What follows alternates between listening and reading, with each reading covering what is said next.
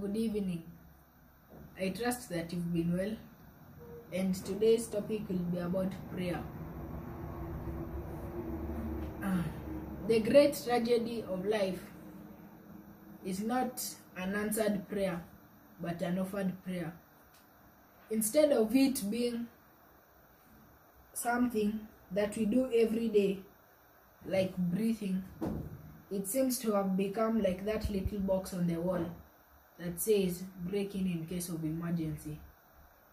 It is true to say that very often we associate with prayer with crisis in our life. Prayer is, for the most part, an explored continent, untapped resource where untold treasure remains to be unearthed.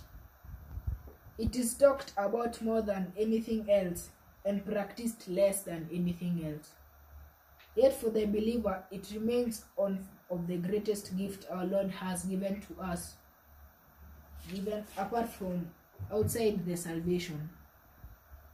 In 1952, Albert Einstein was delivering a lecture on the campus of Princeton University. A doctoral student asked the famous scientist, "What is left in the world for original dissertation research?" With considered thought and profundity, Einstein replied, "Find about prayer. Somebody must find about prayer. You cannot really be a good Christian and not pray, just like you cannot have a good marriage if you do not talk to your wife. You can be a Christian and not pray, just like you can be married and not talk to your wife, but in both circumstances you'll be miserable." Prayer is the pipeline of communication between you and God. So,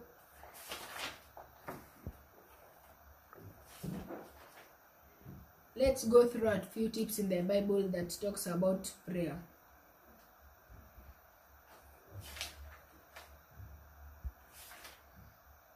We see that you should pray with persistence. Paul begins by saying, "Devote yourselves to prayer." Persistence in prayer is not an option for the Christian, it is an order from the Lord himself. In Luke chapter 11 verse 19 is where we find the promise that says, "Ask and it shall be given to you, seek and you shall find, knock and it shall be opened to you." This verse tells us that you should keep on asking, keep on seeking, and keep on knocking. Jesus does not want us to give up on this prayer. He instructs us to be persistent. There is a difference between a persistent and a long prayer. A person who is persistent in prayer does not necessarily give up, or does not necessarily have to pray for a long time. Some people give up easy because they say they don't feel like praying, they don't enjoy it, that the joy is gone. But the Bible tells us that we are not to live by our feelings, but to live by the commandments. The second one is pray with passion. If you are persistent in something, it means you have passion in it. In fact, Paul says that we should be vigilant or be watchful. It is the opposite of slothfulness. This describes about passionate prayers.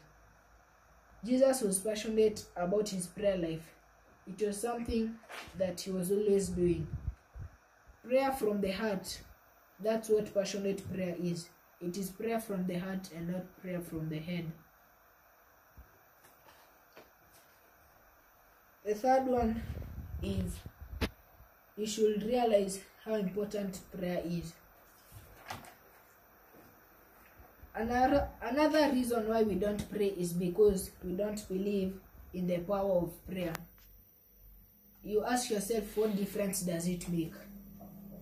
And the reason why we ask ourselves these questions is because we don't know the promises that God has promised us in the Bible about prayer and answering our prayers. So we don't pray. But Mark chapter 11 verse 24 tells us,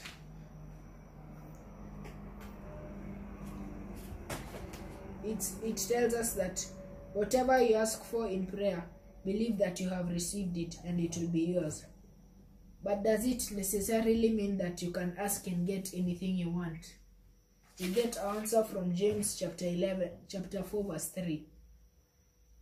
It says, when you ask, you do not receive because you ask with wrong motives, that you may spend what you get on your pleasures. The fourth one is assurances and promises about prayer. We are often clueless about how prayer works. We don't understand how it fits into our relationship with God and making good choices. Probably we don't understand God's love for us and His power to make our lives better. And lastly, you need to confess your sin before you pray. Most times we don't pray because we've done something wrong. In our hearts, we need to know to talk to God about it. We need to confess it. We need to agree with Him.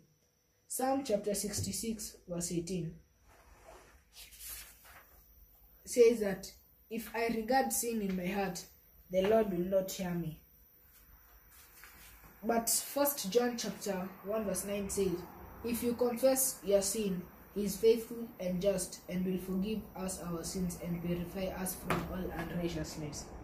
So you should make a choice to start keeping short accounts with God.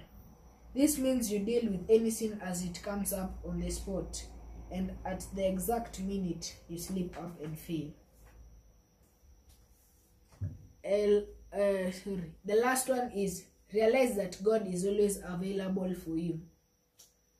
Have you ever noticed that your parents' cell phone is always available and ready? This means people can call them any hour in the day or night. Your prayer life is like a cell phone. You can pray anytime you want, anywhere you are, and talk to God for as long as you want. You have a direct line to the God of the universe. Psalm chapter 145 verse 18 tells us, the Lord is near to all who call on Him, to all who call on Him in truth. My name is Kamore. Thank you.